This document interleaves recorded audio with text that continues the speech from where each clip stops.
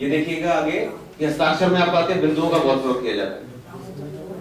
कई बार ऐसा होता है कि यदि आपका नाम जे से है, हालांकि यहाँ बिंदु की आवश्यकता नहीं है, कोई भी ऐसा अल्फाबेट नहीं है, अर्थात बिंदु आई पे लगता है जैसे, फिर भी कुछ लोग जैसे जे पे या छोटे अल्फाबेट्स बनाते हैं स्मॉल लेटर्स में, तो बिंदु का प्रयोग कर देते हैं। खासतौर से जे अक्षर वाले जो लोग हैं उस स्वतः उनसे बिंदु लग जाता है, हालांकि वहां जरूरत नहीं है। हस्ताक्षर में बिंदुओं का प्रयोग भिन्न भिन्न स्थानों पर होता है। कहीं ये बिंदु ऊपर की ओर होते हैं, कहीं अधोरेखा रेखा के नीचे भी बिंदु बना लेते हैं। कहीं आवश्यकता अनुसार बिंदु का प्रयोग किया जाता है, तो कहीं बिना आवश्यकता के भी हस्ताक्षर करता 1 से 3 बिंदुओं तक का प्रयोग अपने हस्ताक्षर में अधोरेखा के नीचे करते हैं। मैक्सिमम लोगों को आपने देखा होगा ऐसे हल्की सी लाइन लगा के 1 2 3 ऐसे बिंदु लगाते हैं या 2 बिंदु लगाते हैं। आगे उसकी चर्चा करेंगे क्यों लगाते हैं, क्या मानसिकता है उनके पीछे। ऊपर लगाए जाने वाले बिंदु उनकी आवश्यकता अनुसार ही लगाए जाते हैं। जैसे अंग्रेजी के आई अक्षर पर या हिंदी में कई नामों में बिंदु आता है, जैसे हिमांशु, ये कंपलसरी है, आएगा ही। अगर ये बिंदु नहीं होगा तो हिमांशु नहीं पढ़ा जाएगा। किंतु नीचे लगाए जाने वाले बिंदु हिंदी के कुछ अक्षरों को छोड़कर सदैव किसी उल्टा हो गया किसी अन्य प्रयोजन से लगाए जाते हैं। कोई इसे अपनी पहचान स्वरूप लगाता है, तो कोई सजावट के लिए लगाता है। ऊपर की ओर लगाए जाने वाले बिंदु अधिक दूरी पर लगाए गए हों, तो ऐसा व्यक्ति बार बार असफलता का सामना करता है। This is very very important. मान लीजिए यहां पर आई होता, तो क्या कारण है कि उस आई में बिंदु जो है हस्ताक्षरकर्ता ने ऊपर लगाया, जबकि नजदीक लगाना चाहिए। ये बहुत इंपॉर्टेंट पॉइंट है, जिसमें किसी भी सिग्नेचर में जहां बिंदु लगाना आवश्यक है, कंपलसरी है, चाहे वो हिंदी में हो, अंग्रेजी में हो, किसी भी भाषा में हो, अगर वो बिंदु अपने मूल स्थान से दूर लगाया गया हो। जैसे मान लो इस स्थान में बिंदु लगा हुआ है, बिल्कुल नजदीक लगा हुआ है, अगर ये बिंदु यहाँ की अपेक्षा में यहाँ लगा दूं, तो कोई ना कोई रीजन जरूर निकल के आएगा। ऐसे लोग जो है अच्छे डिसीजन मेकर नहीं होते, जिसकी वजह से उनको यह असफलता का सामना करना पड़ता है। गुड डिसीजन मेकर नहीं होते। उनका जो डिसीजन है वो दूसरों पर डिपेंड होता है। वो हमेशा दूसरों की सलाह से निर्णय लेते हैं, अपनी बुद्धि का प्रयोग नहीं कर पाते। इसमें डिस्टेंस होता है उसका कोई स्पेसिफिक पैरामीटर यही है कि नजदीक होना चाहिए। देखिए कहीं में भी यही हो, बिंदु में देखिए बिंदु यहाँ पे ठीक है बिल्कुल, लेकिन इससे थोड़ा सा भी अगर अधिक खिसक जाए, जब भी आपको ऐसा लगे कि अब नॉर्मल है, जहां होना चाहिए वहां नहीं है, इसका डिसीजन आपने खुद करना।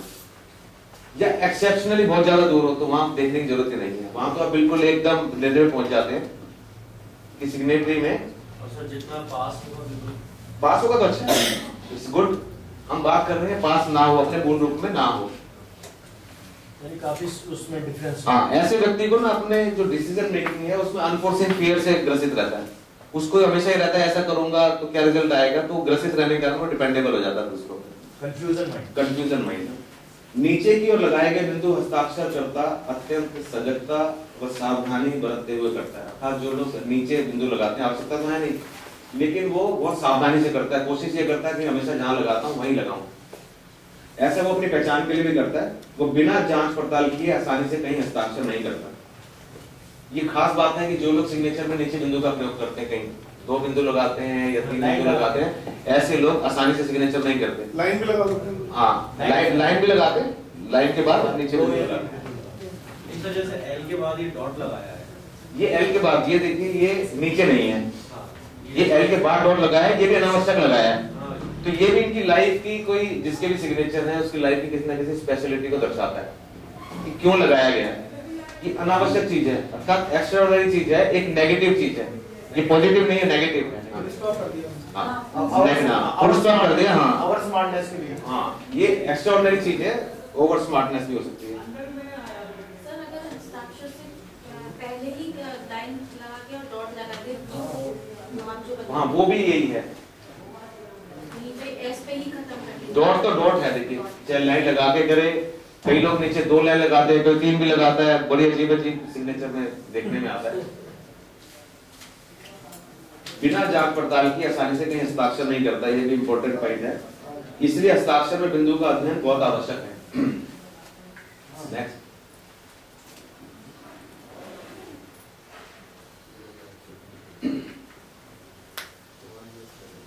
हस्ताक्षर में जो बिंदु है ना, वो सीधे सीधे सिग्नेटरी के डिप्रेशन, मेंटल हेडेक को दर्शाता है। अगर बिंदु दूर होगा तो आप आसानी से कह सकते हो कि ऐसा व्यक्ति जो है डिप्रेशन का शिकार है या शिकार हो सकता है, या इस समय वो मेंटल हेडेक से पीड़ित है, अर्थात उसको हेडेक की समस्या रहती है। माइग्रेशन वो भी हो सकता है, आपने देखना है कितनी अधिक दूरी है। अगर बहुत ज्यादा दूरी है, अपने नेगेटिव है। जितनी दूरी बढ़ती जाएगी जहां पे बिंदु होना है वहां से, उसी हिसाब से वो उसकी कैटेगरी नेगेटिव होती चली जाएगी। सिर दर्द रहना, डिप्रेशन रहना, अंतर है ना कैटेगरी में, तो वो आपने बिंदु की दूरी से निर्धारित करना है। बिंदु जो है वो मस्तिष्क के बारे में बताता है, चाहे वो बिंदु आगे लगाया गया हो, ऊपर लगाया गया हो, नीचे लगाया गया हो, दिमाग से संबंधित है। जितना दूर होते जाएंगे उतना मेंटली डिस्टर्ब होगा, या फिर मेंटली डिस्टर्ब होगा, जितना दूर होगा उतना डिस्टर्ब होगा, उतना नेगेटिव होता जाएगा। कई बार कुछ हस्ताक्षर करता अपने हस्ताक्षर में बिंदु के स्थान पर शून्य बना देते हैं। देखिए बहुत इंपॉर्टेंट है, हाँ, गोला सा बना देते हैं, जबकि उसकी आवश्यकता नहीं है। दे रहा है हिमांशु में दोनों जगह बिंदु है, करके गोला बना दिया। इसमें अंतर बिंदु और शून्य का हुआ। अंतर क्या है, शून्य क्यों लगाते हैं? बिंदु जहां हस्ताक्षर करता है कि सजगता और सावधानी का परिचायक है, वहीं शून्य इसके विपरीत हस्ताक्षर करता है कि असावधानी की ओर इंगित करता है। अर्थात जो पॉजिटिविटी है बिंदु की, वो नेगेटिविटी में बदल जाती है अगर वो बिंदु की जगह शून्य का प्रयोग करता है। ये एक नेगेटिव पॉइंट है शून्य का प्रयोग जो है।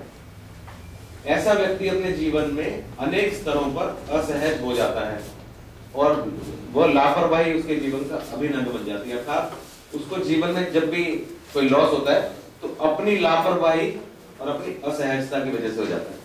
असहजता को थोड़ा क्लियर करना चाहूंगा कि खास मौकों पे जहां पे उसको प्रदर्शन करना है, जहां पे उसको बातचीत करनी है, ऐसे मौकों में मात खा जाता है।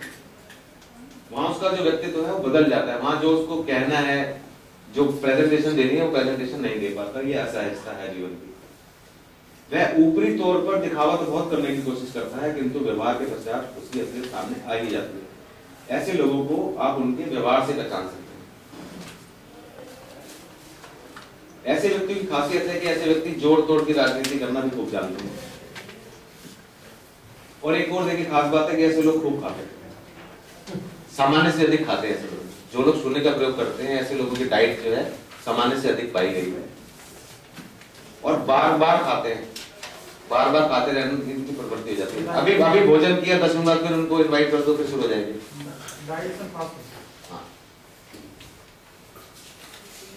एवं ऐसे लोग आमतौर पर समय की पाबंदी का ख्याल नहीं रख पाते, अर्थात इनडिसिप्लिनरी होते हैं, डिसिप्लिन कम होता है। इसलिए बिंदु और शून्य के अंतर को अत्यंत सावधानी से अध्ययन करना चाहिए, अन्यथा धोखा हो सकता है। जैसे दबाव की बात थी, गति की बात थी, उसी प्रकार बिंदु भी बहुत इंपॉर्टेंट है सिग्नेचर में। क्योंकि आप देखेंगे कि मैक्सिमम मोर देन 90% सिग्नेचर में बिंदु की आवश्यकता अल्फाबेटिकल है या नहीं है, हिंदी अंग्रेजी की बात है, लोग फिर भी बिंदु का प्रयोग करते ही हैं।